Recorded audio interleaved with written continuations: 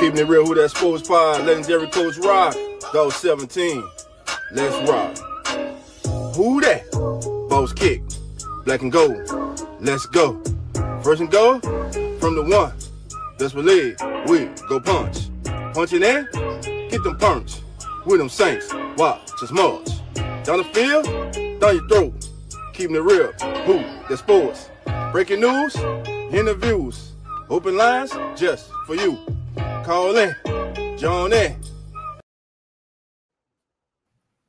Who That Nation, how you doing? Come on in.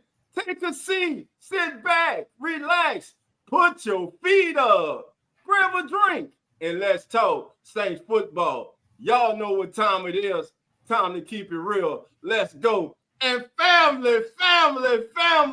You see the man himself is in the building, baby. Live on stream, baby. Nick Underhill is in the building. The host and founder of NewOrleans.Football. Listen, there are certain people that we follow when we follow New Orleans Saints. If they don't bless it, we don't mess with it, baby. And Nick is one of those people, man. Nick, man, come on in, man. Welcome to the show, Nick. Hey, I appreciate that, man. I'm gonna have you do my intro anytime I gotta go somewhere. That was beautiful, man. I appreciate it. I appreciate y'all, man. I love the passion and I love what you guys are doing here. Man, we appreciate you for being here, man. Again, thank you for being here, man. Coach Rock, my co-host, and RFS Saints himself, yes, the host of RFS Saints. Zach is in the building today, and of course, we're joined by Mr. Nick Underhill. I'm gonna call him Nick because he family. He in the building. I ain't saying Mr. Underhill. There's no disrespect. No. Don't do that. Don't do that. Yeah. We gotta put age on people, Dolph. Always trying to put age on people, man. Hey, baby, you know, be trying to be respectful, but he family, man. It's Nick. You know, when Nick goes out to the training camp, everybody don't say Underhill. They just Nick. So here we go. All right, first question. Look, we're gonna turn it over to the elder statesman of the Keeping It Real Who That Sports podcast. My big brother, the legendary Coach Rock. Coach, take it away. Hey, first of all, I want to thank Nick for joining us this morning. Yes. Thank you, man, for coming in. We really appreciate it. So my question is all over the place. It's going to be a whole lot of stuff, but I want to start off with, since Coach Moore took over, the new regime came in. Let's talk about the offensive side of the ball. In free agency, I really thought that, you know, the Saints needed a big play receiver, which I didn't see them address. I saw them go out and get Brandon Cooks, which to me is just an older version of Chris Olave.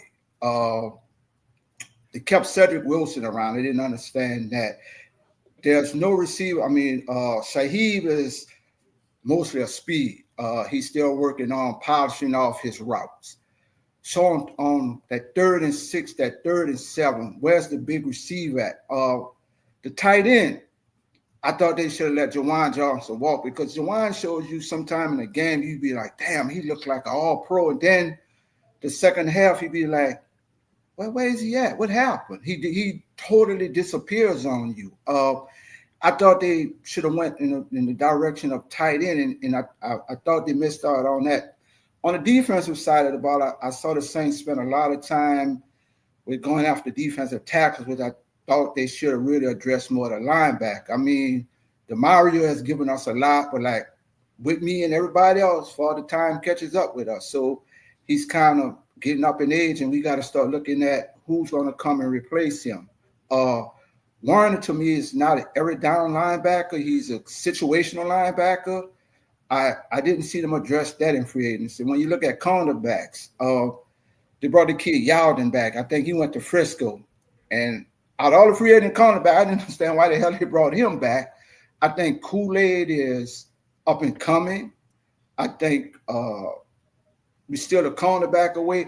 And I just thought they missed out on a lot of things in free agency that I really thought would have helped this team, especially with the receiver, because we really don't know with these 3 young quarterbacks, are they really the future for the Saints? And I think with any young quarterback, the biggest thing to have is surround him with talent, and especially veteran talent, to kind of help him. And I just wanted to hear your thoughts on that.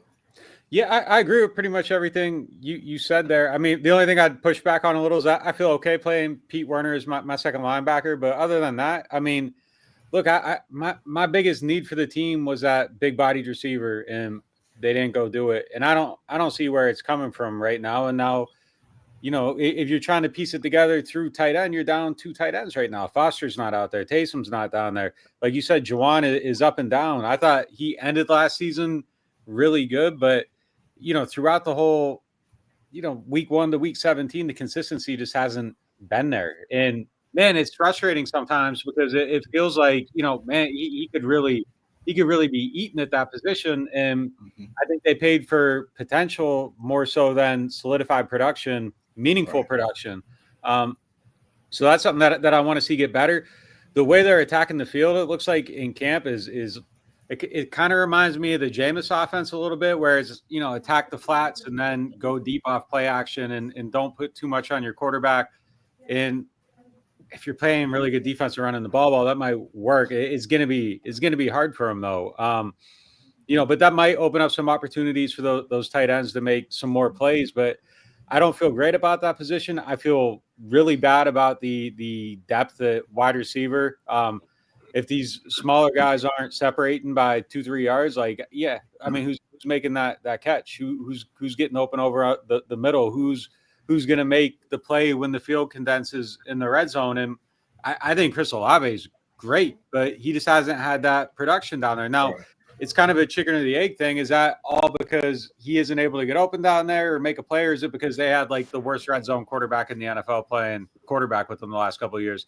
Maybe that changes a little bit, but yeah, man, I don't feel great about it. I don't feel great about the cornerback situation overall. I think Ike Adam played good in DA's system. He didn't play great last year in San Francisco. Right. Coming back, is it is it going to be the guy that it was 2 years ago, or is it going to be a little bit sporadic in that position? I think the safeties are going to be okay. I feel okay about that. But yeah, they weren't aggressive in free agency. I don't know if I like it or not. I don't know if this team's worth investing in yet or not. I think we're going to find out, quickly. I think 4 weeks into the season, we're going to have a clear picture. Right now, I kind of fear that it's going to be heading more toward like top 5 draft pick than playoffs. It just kind of feels like that's where it's at right now. But we'll see. Okay. Well, Nick, I'm with you. Me and Coach, we had this discussion. I just had it the other night with family members with Pete Werner. I have no idea why everyone keeps wanting to replace Pete Werner. This is a team in need of good football players. And Pete Werner, cousin Pete, as we call him, is a good football player. He's where he's supposed to be. I think there are unrealistic expectations. I think some believe that he has underwhelmed because of the expectations that they have put on him to be another Demario Davis, an all-pro, instead of him just being a solid, good football player that you can count on week in and week out. Your thoughts on that? Yeah. It's tough. Yeah. It's tough. I like Stutzman. We're talking about linebacker, right? I'm sorry. I had someone trying to deliver something and I had to text them. No problem. We're talking about Pete Werner right here. Yeah. Pete Werner. Yeah. I think he's played okay. The contract brings expectations though. And right. Is he going to be is he going to be the foundational piece of your defense when DeMario moves on? Probably not. And that's a very high bar to set right now. Now, I like Stutzman coming in. He's had like a really, really good camp. I think people are going to like watching him play when they finally get to see him, if he does in games, what we're seeing out at camp on a daily basis. But yeah, that's a position that needs to be upgraded, needs to get, I think in time, you got to get that other guy in the pipeline. Like maybe it is Stutzman. I don't think it's Nephi Sewell. I don't know that Pete Werner is going to give you, like I said, the identity of your defense. But you're right. I think a foundational piece is asking a lot, but like a role player, pretty right. Solid guy overall. I would say that 2 years ago, I felt better about him than I do not. Like it felt like there was like an upward trajectory, and it feels like it's just kind of plateaued a little bit. And I don't know that we see like the high rising player. They signed him to the extension that brings expectations. I don't know that he's ever going to be that, DeMario 2.0 though. So like he's a good solid starter, I think. But yeah, I don't know if he's elevating your defense right now. Right. And go ahead, Zach. Yeah, I was gonna say. I mean, I feel like we keep trying to go for that, and we see that too often where we're going for the DeMario Davis 2.0, the next Marshawn Lattimore, the next this, next that, instead of seeing who they be and how they can develop on their own. Man, I mean, like as you said, through training camp. I mean, I think I was able to go to about 4 practices, and I was like very happy being able to see how a lot of these young players were really able to showcase their talents very early on throughout these training camps. Whether it was Stutz doing his thing, whether it was Quincy Riley, whether it was Sanker, and some of these young cats come in, and then even the veterans that we brought in, and Justin Reed, and as well as Blackman, right near the end there, right near the start of training camp. I thought it's been a pleasant surprise how they've worked so far. Yeah, I mean, I think that's probably what the season should be about, is just kind of seeing what the incremental growth is with these younger players, how they develop, all that stuff. I'm not going to lie. Like, honestly, when they signed Blackman at that point, I kind of was like, I wish they'd just go with Sanker and let him play 85% of the snaps and develop and sink or swim with him and see if he's good or not. I like what we're seeing out of him. I like what we're seeing out of Stutzman. Quincy Riley's a tough gauge for me right now. I think he's done some really good things. I think he's taken advantage of the opportunities he's had. I do think that maybe when you look at, what's he have? 3 interceptions so far in camp. Right. He dropped one yesterday. So he could easily have 4. I think when you're looking at some of those plays, is it like he's not necessarily like always jumping her out? Like it's sometimes like a very errant throw or very underthrown. Yeah. But look, you got to be in position to make a play and you got to catch it. And damn, man, there's a lot of cornerbacks that just can't catch. So like we at least know that he can catch the ball. But like I would rather see him play than Ike Adam, honestly. Like I feel like that's what this season should just be about. And like I get it. You got a new coach and you're not trying to like lower your floor. You're trying to raise your floor at least a little bit with some of these guys. It is very easy to sit here and be like, well, like if they lose, 14 games, they can go pick Klubnik. Like that, it's great. It's great to be able to say that. In reality, that can be very deteriorating to your franchise. But I do hope these young guys get a lot of opportunity this year. I would rather see Quincy Riley play 100% of the snaps than see Ike Adam play 1. And that's not about Ike Adam or saying he stinks or anything. It's just I would just rather see the young guys play. But there are a couple little bright spots here. And I think maybe that's one of the things that's changed a little bit in terms of, how I view the team. I think I'm more pessimistic about quarterback right now than I was on, say, July 15th before we really started looking at them. But I do feel a little bit better about some of these younger guys on especially defense, offense too, though. I feel good about both tackles. I think Penning looks better. And just some of these guys, Quincy Riley, Sanker. I feel like Brzee had a good camp. And if Brzee just takes the next step, like, if he can start defending the run well, like all of a sudden you might have like a building block type player on your defensive line, which I don't know that they have that right now. And if he puts that together, that's an anchoring piece. So there are some bright spots out here. It's just, I think this season, if you're looking for 10, 11, 12 wins, like I think it's going to be extremely frustrating. But if you're looking at it like, Stutzman's making plays, Sanker's making plays, and if they're okay at quarterback, I mean, it might not be, a tough season, but it does all come back to the quarterback, I think. All right, Nick, let me expand on that. Speaking of the young players who need to develop going into the future, one player who came out of nowhere last year that I like, he's sick right now, is Rico Payton. I would rather see Rico Payton and Quincy Riley out there, like you said, other than Yadam. And again, nothing against Yadam. We've seen that before. I would like to see these young players get out there and develop. Now, right now, the MVP other than Shahida Camp has to be Kool-Aid McKinstry, because that kid has been balling this entire training camp. He's lost weight. He's back to his college playing weight. He says he feels better. He's moving better. the question that many had was about his tackling, but he was like, hey, this was the weight I played with at Alabama, so I'm comfortable doing that. If starting tomorrow, if he can show that he has truly taken that next step in his sophomore season, how big of a deal is that for the Saints to know that, hey, we have our number one corner. Now all we have to figure out is our number two corner, because to me, we'll get to him in a second, Alontae Taylor can be one of the best nickel slot corners in the National Football League. Your thoughts on that?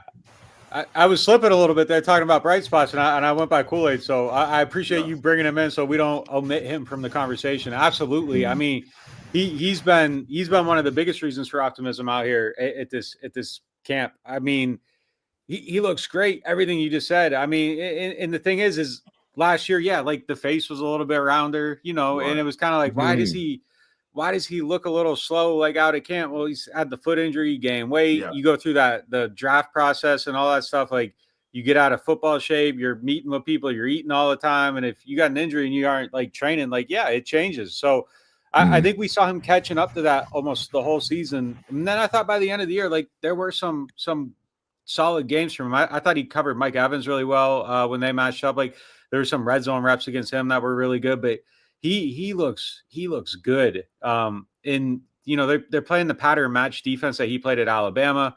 That suits him. I just think everything's set up for him to look good, and hugely important that what we're seeing is actually real, because I don't think you want to be in the draft next year if you're looking at it through a pessimistic lens. Like, there are a lot of high value positions that have question marks right now. And like, if they need a quarterback, if they need an edge rusher, they might, Shaheed's a free agent.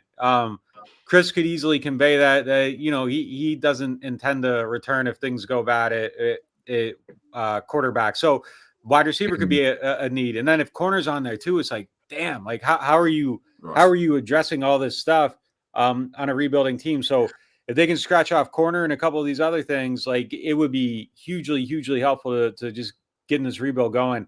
I feel confident about him that he's, by the end of the year, he's a top 32 corner, if not better. I think he's going to be like a very, very legitimate NFL starter. And he looks good. I like where he's at. I like the attitude he brings. He's a nice guy off the field, but like on the field, there's a little bit of asshole-ish, demeanor to him. You need that. Yeah, man. Too many nice guys. At all. No. Yeah. I love it.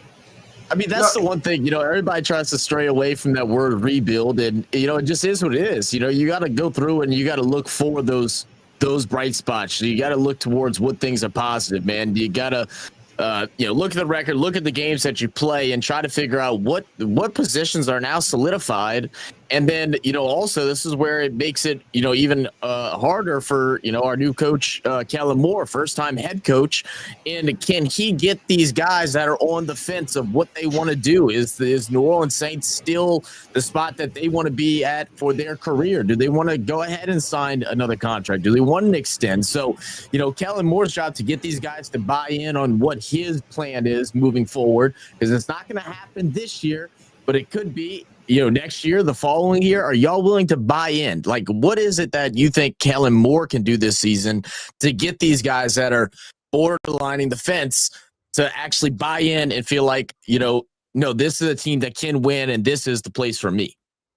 Yeah, I think we're seeing him do it already. And, there's two ways to look at the way they've approached camp. There's, on the one hand, it's like, man, like, you guys have skipped some practices and you're having trouble snapping the ball and your quarterbacks need work and you aren't necessarily ready for week one. But I think like some of these team bonding activities through the other lens is him trying to build a culture that can withstand some hard times. And if people actually like each other and you're winning 3, 4, 5 games, you start off 0-4, I think some togetherness helps you withstand that and get through it. And you get through that Buffalo game and it's like, all right, well, there's still an opportunity here to like play good, even though we've gotten our asses kicked for 4 weeks, which is very realistic. But, I think without doing that, like, and if you're not maintaining the garden, so to speak, and making sure that everything's healthy and watered and everybody likes each other and all this stuff, I think you could easily fracture in some of those moments. And I thought that was one of the things that Rizzy really did well last year is that, like, he took a broken locker room and it didn't necessarily show on the field, but he kept those guys together and it didn't turn into like a mutiny. And I've been in some bad locker rooms before. And that was impressive. And I think what Kellen's doing, like, does matter on that front. Now, again, like, I'm someone that tends to look at like hardcore, like, cold, take out the emotions, like just very analytical on it. And it's like, wow, they've practiced 4 less times than they did last year by this point in the in the training camp, and they started a day later last year. Like, that's kind of crazy, isn't it? And wow, they only practiced 90 minutes today too. Yeah, exactly. Yeah. But like, I think what he's doing and some of the stuff he's prioritizing is going to be important to get them through what's very possibly going to be a rough start to the year, rough start to his tenure. And, that could turn on you really quickly, especially, he's not a Bill Parcells type coach. That's just very, going to bark at everyone. Like, I think he's a guy that earns respect, like through being like smart and putting players in the right position to succeed and, all that stuff. And I do think that just kind of having that togetherness and them knowing who he is going to be something that's needed to get through this and to make it work. So him recognizing that, I think is something that's, just good. And it gives me a little bit of confidence in him. All right, Nick, you covered all 13 practices so far. Let's talk about with everybody, the elephant in the room. Coach Moore comes out. He named Spencer the starting quarterback for the preseason game, not for the Cardinals. Spencer from OTAs, minicamp, and through training camp, from all the reports that you guys have been giving us, seems to have been the most consistent quarterback. And in what areas have you seen growth in Spencer Rattler this season? And what areas do you still see that he needs to grow? No question about it. He's been way better. If the Cardinals game is tomorrow, there's no hesitation. It's Rattler. You're playing him. I will preface this whole thing by I'm not ready to call it after 12, 13 practices, but I see it trending one clear direction. And I would be surprised at this point if it wasn't Rattler at the end of this. Like, I don't think that it's like so built out that he can't be caught or anything like that. And I think they're going to look at who's the best one on at the end. Like, I don't think it matters if he leads for 20 days, if the last one is Shuck or whatever, but I think it's absolutely Rattler. I would be really surprised if it goes a different direction. I think he's looked really good. He's thrown 2 picks and 7-on-7s. Both of them were underthrown. That's one area where I would say things can grow a little bit. But I think his decision-making is faster. I think his processing's faster. I think he sees it and gets it out. I think his mechanics have cleaned up. Everything just looks smoother. He looks like a guy that went through an NFL season, had a notebook out, was marking down everything he didn't do well last year, everything he wanted to get better at, and was in Arizona like 4 days after the season ended working. And he looks like that. He just looks like a guy that put in a lot of work and is trying to get better. And he is. I would say, like, on our show in media as a whole, I think our one failure in how we frame this conversation probably early on is that, like, Spencer Rattler's a year younger. Like, we only talk about it like in the terms of like, well, Shuck can get better. Well, like, why the hell can't Rattler get better? Like, why can't he? I mean, it's just like we've talked about him like he was what he was because they drafted a guy to replace him. Well, like, also, what if that just is the spark to piss a guy off? Because like, trauma is kind of the spice of life. And if you put someone in a traumatic situation and piss them off, like, that can fuel somebody to new levels. So, I mean, I think, this is a guy that's faced adversity his whole football career, after, being the number one guy. Like, since then, it's been kind of an underdog story for him, gotten punched down a bunch of times. He's gotten up every time. He just got punched again. Like, what if he comes back better because of that? And it's the fuel. So, I'm just saying, I think we should be looking at him as a developmental player as much as we do Shuck. And I feel like Shuck's the only one that's been talked about in that like, at least like from like the Saints beat, or I don't think that conversation's necessarily been framed properly. Yeah. So one question on the quarterbacks. With the 2 young quarterbacks, I felt as though Hayne is kind of the odd man out. So maybe releasing him, do you think we should assign a veteran quarterback to come in and help those two young quarterbacks along the way?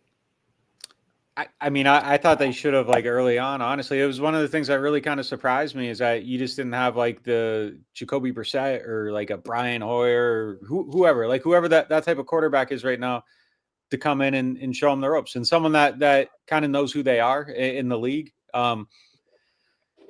Yeah, I mean, the thing that's frustrated me the most, I think, with this camp process is how long they kept Tanner in it. Now it seems like he's been faded out a little bit. I will say that I like Kellen Moore evaluating everything through his own lens and getting a look at it, but it's just kind of like I felt like we knew, and those are valuable reps that could take him from the developmental guys. Didn't love that. I do think that Jake's kind of like an asset in terms of like he sees the game well, but I think if he embraced that type of role, I feel like he's someone that could be like a really good backup in the NFL, just maybe on a team with like an established starter. I think he would be like a great guy to work with, like a Drew Brees and Daniels, and now he did his career, 10-year backup, but was valuable to a team as a backup, but underappreciated, to a team as a backup quarterback.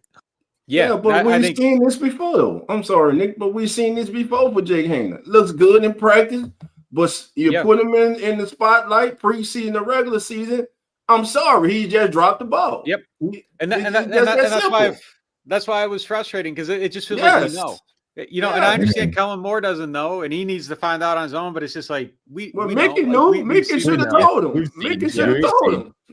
Yeah, because I was personally quite surprised when, after dealing with the abdominal injury during mini camps and stuff like that he was still on the roster. When I saw him out there, I was like, oh shoot, okay. I was like, I was wondering what we were gonna do with them. I mean, I didn't know how the extent of that seriousness of that injury and stuff like that. But yeah, it just felt like time was up, and I know a lot of people were complaining and upset the fact that he was taking some valuable reps with the ones whenever we got a second round pick, and we got a guy that is likely going to be the star. That's the fan favorite currently.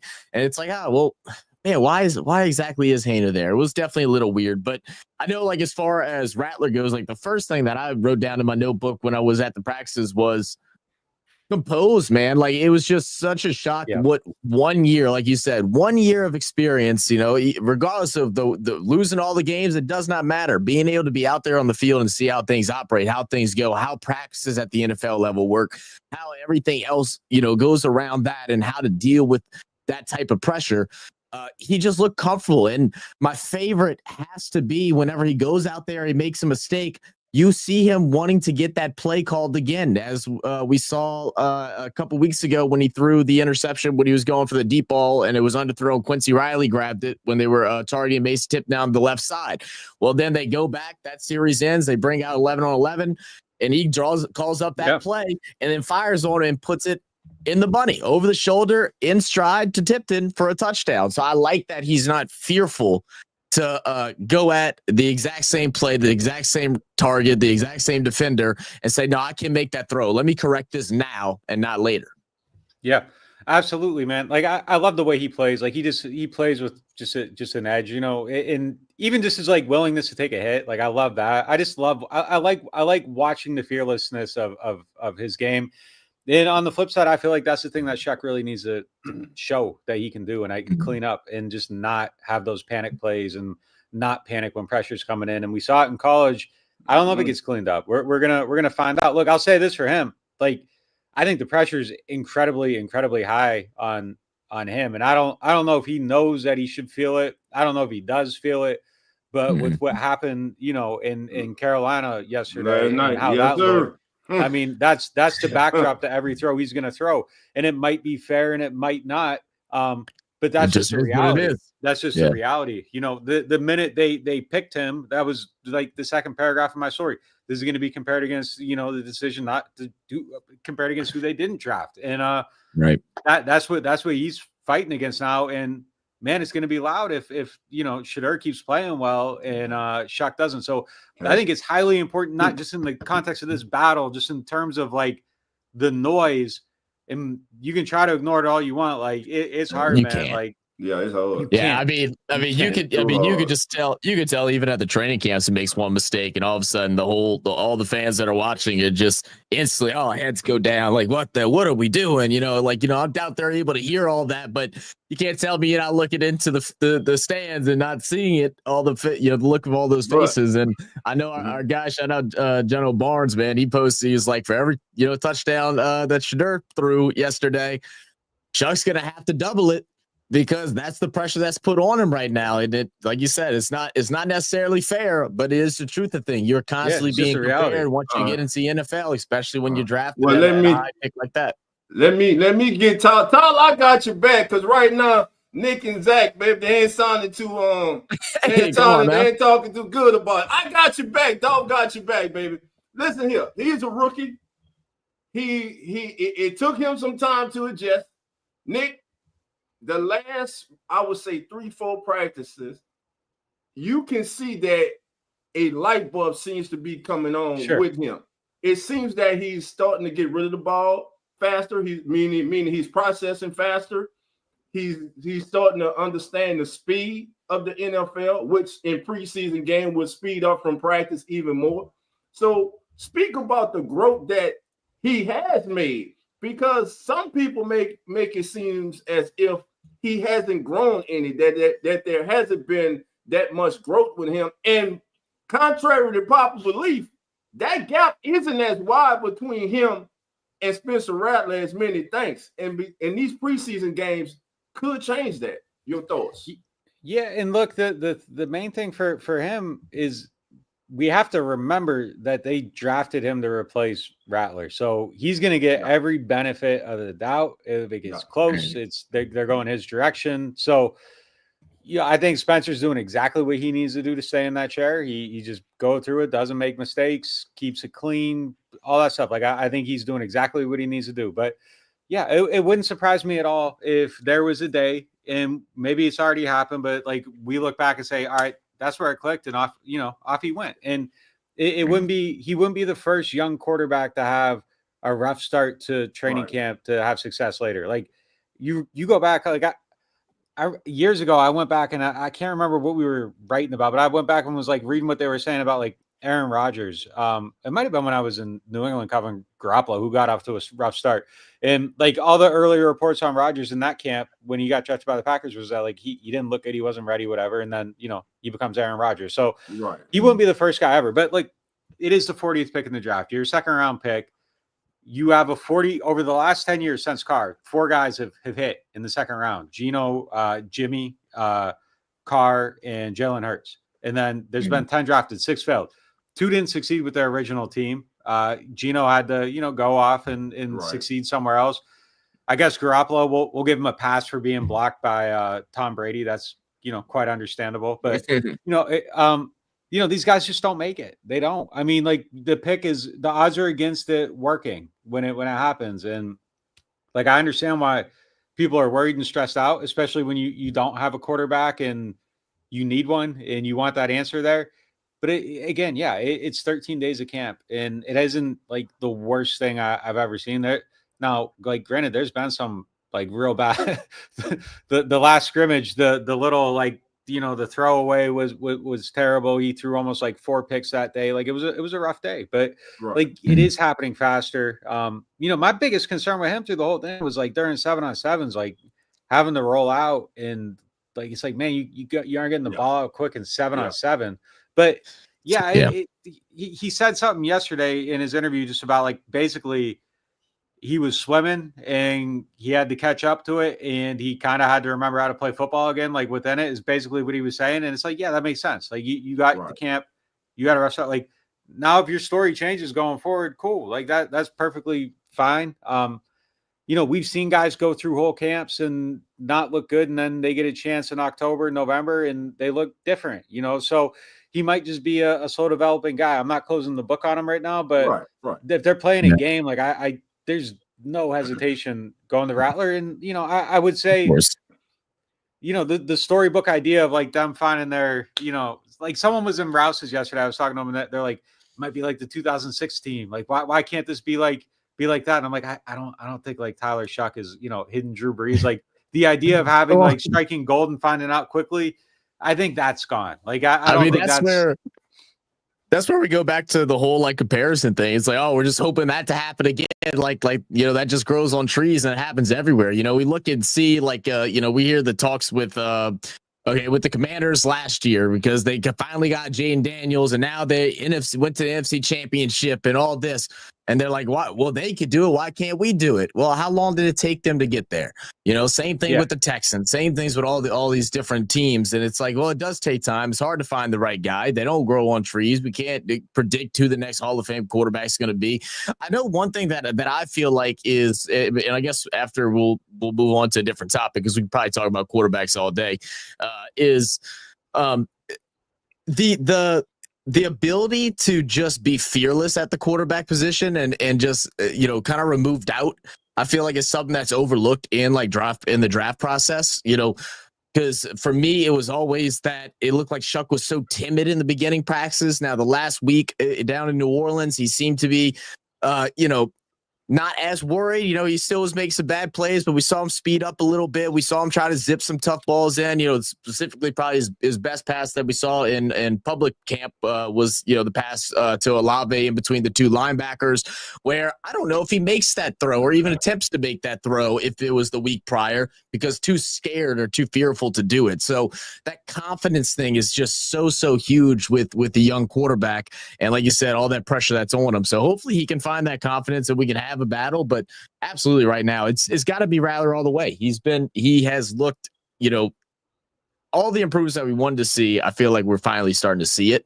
and we'll figure out if that translates to Sundays. Yeah, I agree. And if it doesn't, see what that class looks like next year. Yeah, spin the wheel. Spin the wheel.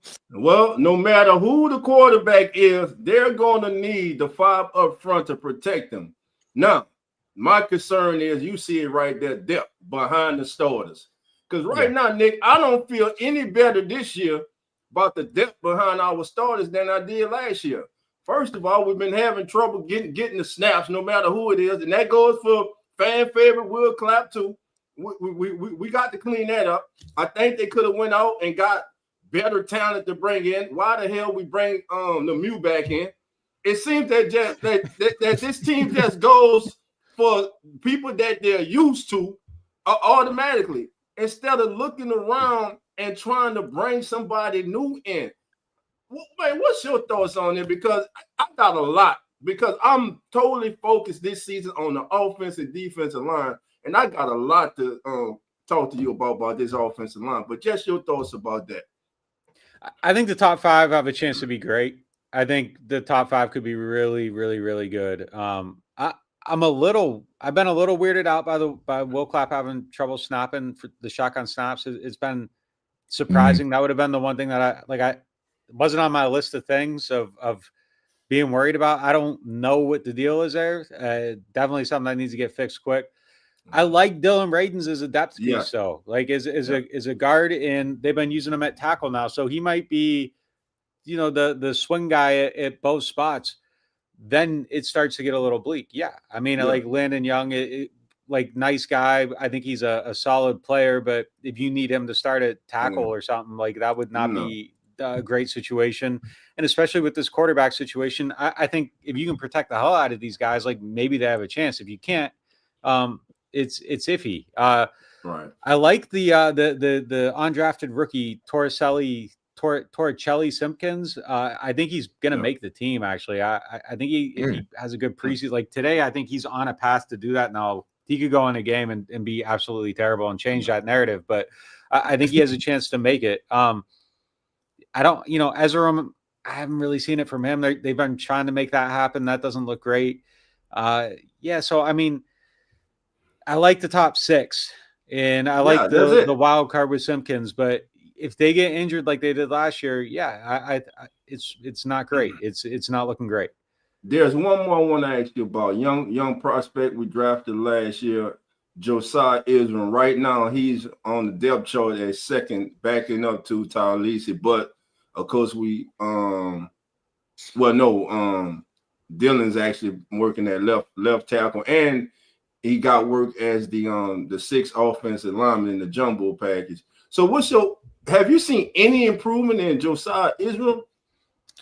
It's tough. Like isolated in these one-on-ones, I haven't I haven't really liked it. It's maybe even confidence eroding, like kind of seeing him in those situations. Gotcha. Not great. But it could be like sometimes that stuff is unfair too. Like Penning was getting like just roasted in those last year, and then when you actually have like a blocking scheme and a little bit of help, like he's serviceable. Maybe Right. Ezra has a path like that, but I think it's probably more likely if Raiden shows that he can do, both. I think it would probably be him and Landon Young is probably the next two guys at the tackle position. And you not go tell me you can't go out and find somebody better than Landon Young.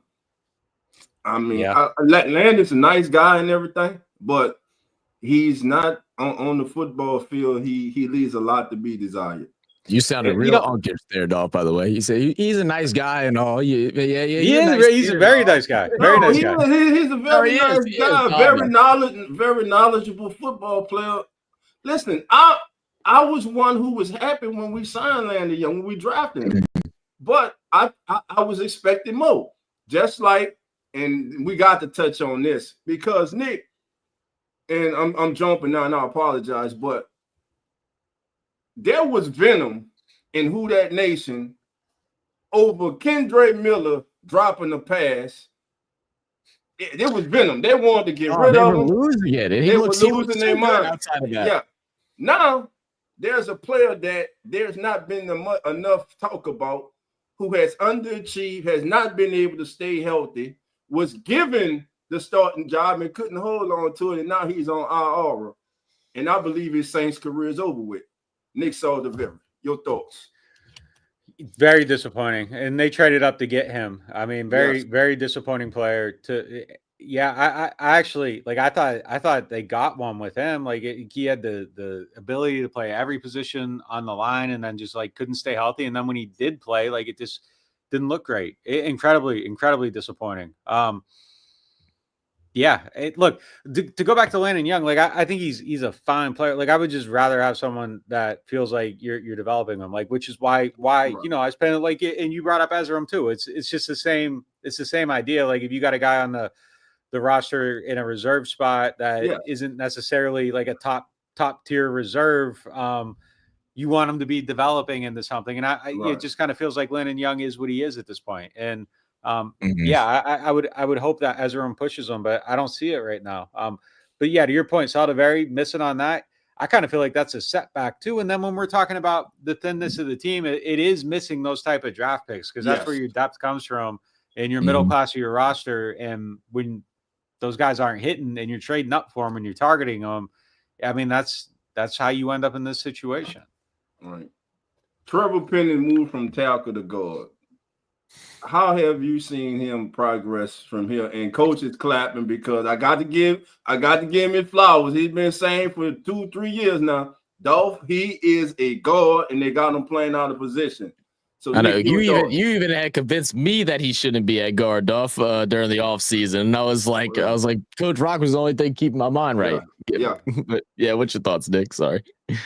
So anyone that listens to our stuff, reads our stuff, knows that I'm historically been the Trevor Penning doubter, to the point like I wrote a story that the year he got benched that they needed to bench him, and they thought I saw something on our like walk to practice, and I didn't. It was just my opinion. I watched it and I was like, he's not playing well. I need to bench him. But they thought I like saw something with how they were lining up, to the point now when we go to practice, like we have to walk in a different door, like so they can keep it like hidden so there's no glancing in. So like I'm just saying that to set the stage to point out that like I actually think he's playing well right now, and that means something because I have doubted everything he's done every step of the way, and I think he looks fine. I think there's room to get better. Obviously, there's stuff that I think he's going to mess up early on in that transition, but he looks like he's adjusting to it well, and I'm encouraged by what he's doing. I think he's way ahead at that guard position right now than he was switching sides at tackle. Yeah, so he looks fine, and especially in the run game, like he can really get out there. We know that already. We know he's great at it, but it doesn't look like anything's I'm reluctant to say because I feel like he's going to get in the preseason and give something up like right away. But no. but it doesn't look like things are happening too fast for him, and that was kind of my worry about him moving to the inside. But he has looked good. He's like way down on my list of concerns for this team right now. And there's a very small thing that a lot of us overlook. The kid seems to be happy. Yeah. He seems to be happy that he's at guard. So he's taken to this. Matter of fact, if you listen to him talk and everything that you guys and all the other guys that cover the team, by the way, man, shout out to all of y'all, man. Y'all do such a great job keeping us informed. We really appreciate you guys, man. But Trevor Penning just seems happy now. It seems like a weight's been lifted off his shoulder now. And him at guard, like, Coach, I got to give you flowers again. Like Coach was saying, that plays to his strength. He's a mauler. So at guard in the run game, that left side with him and Calvin Banks Jr., just mauling people, baby. I mean, if you're happy in your job and what you're doing, you perform better. It's just no doubt about it. Yeah. You perform better. Now, let's go to the wide receiver room. We talked about this just the other night. Sometimes I think they be listening. I need to start talking about a lot of people so they start playing better. Because I started talking about Brandon Cook's name being written in pencil, and now the last 2 days he done popped up. He done flashed in camp. But I'm still concerned about this wide receiver room. Olave, Shaheed, and Mason Tipton, to me right now, are the only 3 players that I have written down in ink. I understand. I know you're coming on the top because I say Mason Tipton. I understand that. But my thing is this, though. Mason Tipton, to me, has showed that last year was not a fluke as far as his performance in camp and everything. He's picked up right where he left off. Now, I was disappointed, like many in Who Dat Nation, when during the season he failed to take advantage of opportunities, and of course that Kansas City game comes to mind. He had many opportunities last year to take advantage of the opportunity, and he didn't. What can be different this year? And then again, this wide receiver room depth, Bud Means has not really been who we thought he was going to be. Is Donovan Peoples-Jones still on this team? I mean, talk to us, Nick. Talk to us, man. Yeah, my biggest disappointment, I think, is I was looking at like Bub Means or Kevin Austin Jr. to just like not make like a huge leap, but like a little bit, like to be able to step into that, what we were talking about at the top, like needing the big body guy. And I wouldn't call those answers, but I thought they'd, have like some contribution to that aspect of the game. And it hasn't been there. And then Kevin Austin Jr. the last couple of days, like just short arm and passes and stuff, like it's stuff like you have to make those physical plays. And, I thought Bub was going to come in and maybe have a good opportunity there and would seize it. And that hasn't quite happened yet. So I think both one or the other of them, like the opportunities there in the preseason, like go out, make a bunch of plays, and you could easily have a role. But right now I got both of them, I think, off. Like if you asked me to make a roster today, I don't think they'd be on there. I would have Cooks on mine. Nick, let me ask you this. Have you heard anything on Gabe Davis signing? Or Nothing. do you think the Saints are possibly trade or searching for that big body receiver to come in for as a veteran? The last time I checked up on it, the kind of the answer I got on it was that it would be nice to have, but it's not a must. So I think if like someone was there, they get them. I feel like it is a must. I disagree with that whole point of view. Like I think if you can just make things a little bit easier in some of those tough situations by having the big guy, makes your quarterback play a little bit better. Give him a security blanket. I vehemently disagree with kind of that approach. My 6 though, I would go Olave, Rashid. I got Brandon Cooks on there. Like he's on for me. Okay. I'm not expecting a ton, but I think he's solid. Sheed and Olave, like at some point they're gonna miss games, and he can at least like step in a little bit. Right. I would probably go Tipton today. I got Cedric Wilson on there because he can block, and then 6 is completely up for grabs, I think. Gotcha. Maybe Dante Pettis. Yeah. I like that. Yeah, I like what I've seen out of Pettis as well. All right, now let's go to running back room, because this here is running back 2. We already know what running back 1 is. That's we not even talking about AK. AK is not even the subject. Kendre Miller, Cam Akers. Man, I'm sorry to hear about the injury to Devin Neal. Couldn't happen at the worst time for him.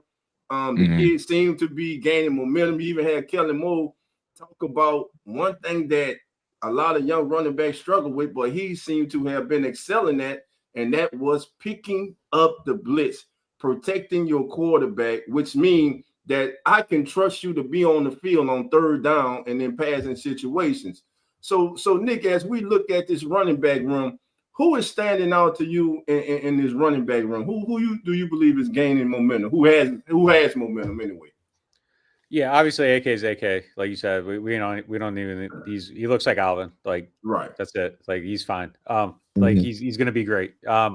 Number 2 for me, I think is easily Kendre right now. Like, easily Kendre. Easily. Look, Gotcha.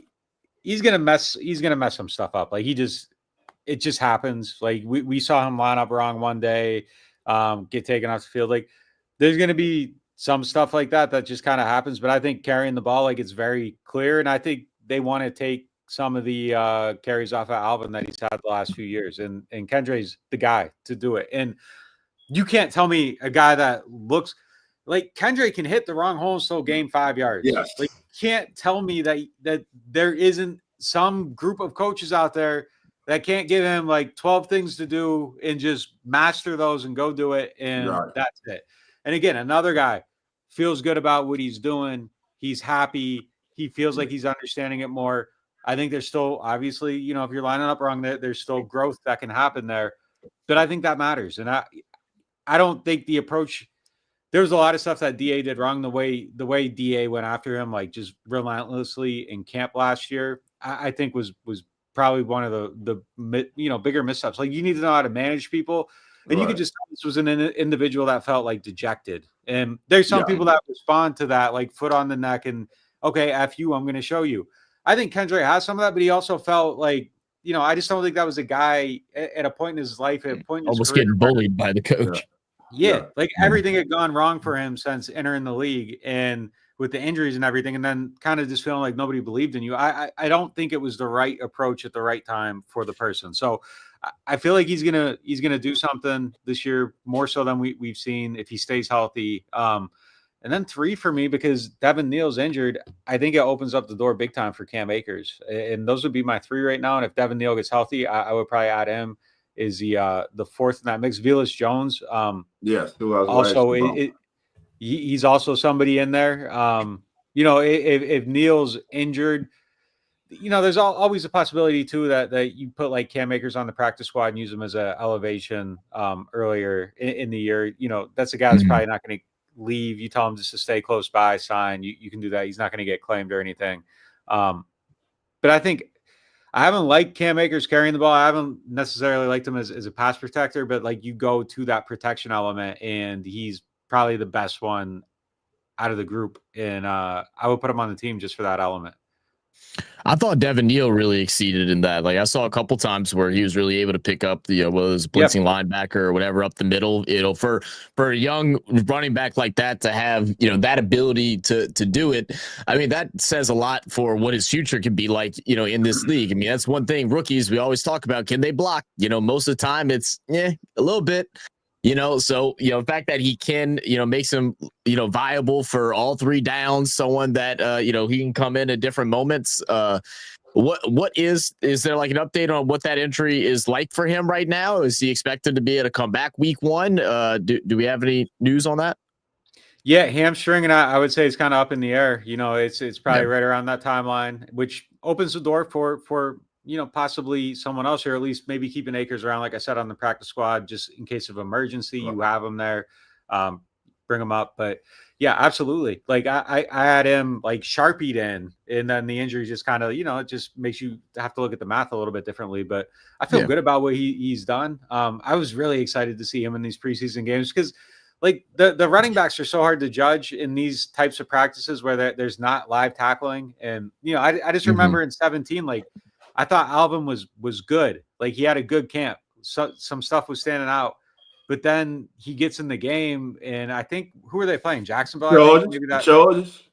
Yeah, the Chargers. Chargers game. Yeah. Yep. And then it's like, oh, wait a minute. Like you see him like going to get tackled. You know, it's just like you go. Someone starts to get tackled. You start to write down what happened, and then like you're writing down, and like the crowd roars, and you look up, and it's like, wait a minute. Like he's still going. And then yeah, like we found out about that contact balance. Like when he actually like was in a game, and it was like, oh, wait a minute. Like this guy is different. And you know, I always kind of like wait to see what the running backs can do, because like it really is just like who can stay up, run through contact, and you can't judge that out of camp. Right. And listen, family, once again, we have been joined by Mr. Nick Underhill. Just plain old Nick, because he family. Just Nick. Nick is in the building, baby. Thank you, Nick, for joining us, man. And look, I got a couple players. We still got a few minutes. Couple players before we get out of here. One player that I spotlighted during the off season that I wanted to see develop this season. I thought last year he was a sneaky good selection by the Saints. And the last 2 days, my guys popped. Linebacker Jalen Ford. What have you seen from Jalen Ford? I think he's in an uphill battle. I like his potential, but I think Nephi and Stutzman are clearly ahead of him right now. And then it just really comes down to like the numbers overall, what they want to do there. If DeMarco Jackson's going to be the special teams guy again, that's tough. Like, so I think Ford's going to have to establish himself in that area, but I like him. I like his upside. Like they have a good, a good group of like other guys at linebacker. Right. It's just kind of at the top. Like you just wish there was this, like, as you were saying, like just the two was just like a little bit more like, like the one, but I like that group of guys. It's a good competition. It's like, you guys are obviously in the detail like that. That's a good battle for the preseason, kind of for like those bottom roster spots in that linebacker spot. Yeah. Ford is I really like that pick when they made it, but like Nephi is just like, he's just kind of been a killer, man. Like he's just like steady as that, like, fourth guy, and solid, he's not opening that door. Yeah. And you got to remember when Nephi, 2 years ago, before he had that injury, he was coming on. He was seeing significant more playing time, and then unfortunately he sustained that injury, and now he seems to be getting back to form. Another guy is a veteran that we brought in, and I think that he could supplant a current elder statesman on the defensive line. That's Jonah Williams. What's your thoughts about Jonah? Yeah, I would have him likely in right now. He's had a good camp. Like he just consistently makes plays. He consistently flashes. That whole group, I feel there's a lot of questions, I think, on the defense. Like they're definitely going to be way better at stopping the run. And like, obviously that goes hand in hand with the offense and how many points you're scoring. And if you're getting blown out in every game, people are going to run on you. So like maybe like statistically they're in a disadvantaged state to stop the run, but like they're going to be better at it. Like they're going to be way better at it. They've rebuilt that interior. I think Jay Reed and Sanker, like your tackling is going to get way, way better at safety. I think that was a big problem with the run defense last year, is that back end just wasn't tackling great. Jonah looks good though. I like him. I got him on I would probably have him on the team. I just did a 53. I had him on there. He's someone that has definitely popped. There's a couple of young guys too. Like is watching these preseason games, like going out to the edge. Diggs is someone that I think has a chance to make the team. I've heard a lot of positive buzz about him. And man, I'm forgetting his name. Number 59, I think. Chris Rump. Oh, Rump is in. No, there's a UDFA edge guy. You talk from I know you're talking about. You're talking Davis. Yeah. He's on the radar too. So those are two guys, like another like low key battle way down the roster. I think those two are both kind of pushing a little bit, but I would have Diggs ahead right now. And so that means that a second round pick is an absolute bust and will be cut. So I left him off my 53, and I got like a little bit of feedback that I need to evaluate the special teams a little more. So I think he has a path to the team on special teams. We're talking about Foskey. We're talking about Foskey, right? Man, Nick. No, we're not doing that. Hell no. You a second round pick. Me and Coach went back and forth on draft night. I stood on the table for Isaiah Foskey. I'm gonna talk excuse my language, I'm going to talk shit about Isaiah Foster until he proves me right. This guy got me looking like a damn fool. I stood on the table for him. This man doesn't have 5 tackles in his Saints career. He's got a lot of people looking dumb, man. He's got a lot. I like being the all-time sack leader at Notre Dame. I was like, you know what? Like, it's at least safe. Like, the floor on this is high. And then, but look, it go like I think the lesson learned there is like if you're just kind of like all speed, like it doesn't translate in the NFL. Like at some point you got to stack together some moves, and like he doesn't. Like it's crazy. Yeah. He plays weak when you look at that. He plays weak. It seems like soon as it seems like if his initial move gets stopped, that's it. He doesn't have a counter. He's a one-trick pony. And I get no pleasure out saying this, but I got to say it like it is. And if the Foskey family is listening, I'm sorry to tell you, he's a damn bust right now. He was a second-round pick. I like the kid, but he has not done anything. Now you got 3 preseason games to show something. This is not new staff, new everything. This is not the same regime that draft you. They owe you nothing at all. You better put up or your ass is out of here. Go ahead. Yeah, I was saying, aren't we playing the same defensive scheme that he played in college? So he really should be elevating right now. In this scheme that we're running with from Coach Stanley. Yeah, it's been incredibly disappointing to this point. Like, absolutely. Yeah, I caught him on my 53. And, like, it's just like they like him on special teams, I guess. I don't know. But, like, he needs to make take his place on special teams. There we go right there. Jalen, if you listen to special teams, baby. Special teams. Look, Nick, we done had Nick for a whole hour, man. Nick, we appreciate you, man, taking the time out, man. Sir. Thank you so much, man. And for anybody who doesn't know, man, about NewOrleans.Football, man, what are you doing? Your boy Dolph became a subscriber, man. I've been bothering Nick ever since, man. So listen, man. Look, Nick, keep up the great work, man. I'm a huge fan, man. We follow you, man. We appreciate each and everything you do for us, man. There's Nick's information for those who are not familiar with it. You can find Nick right there. Him and his guys over there. Shout out to Trip, man. Tell Trip I got to get him on here, man. All right, I'll let him know, man. I'll let him know you're looking for him. Yeah. Them know I'm searching for him, baby. But look, Nick, you're family now, which means you're always welcome, man. Enjoy your weekend, man. Stay safe, man. And who that to you, my brother? Appreciate it, guys. Thanks for having me. All right. Thank you. Have a good one, man. Family. That's the great Nick Underhill who has just joined us. It's been a great show. Coach, what you got to say before we get on out of here, baby?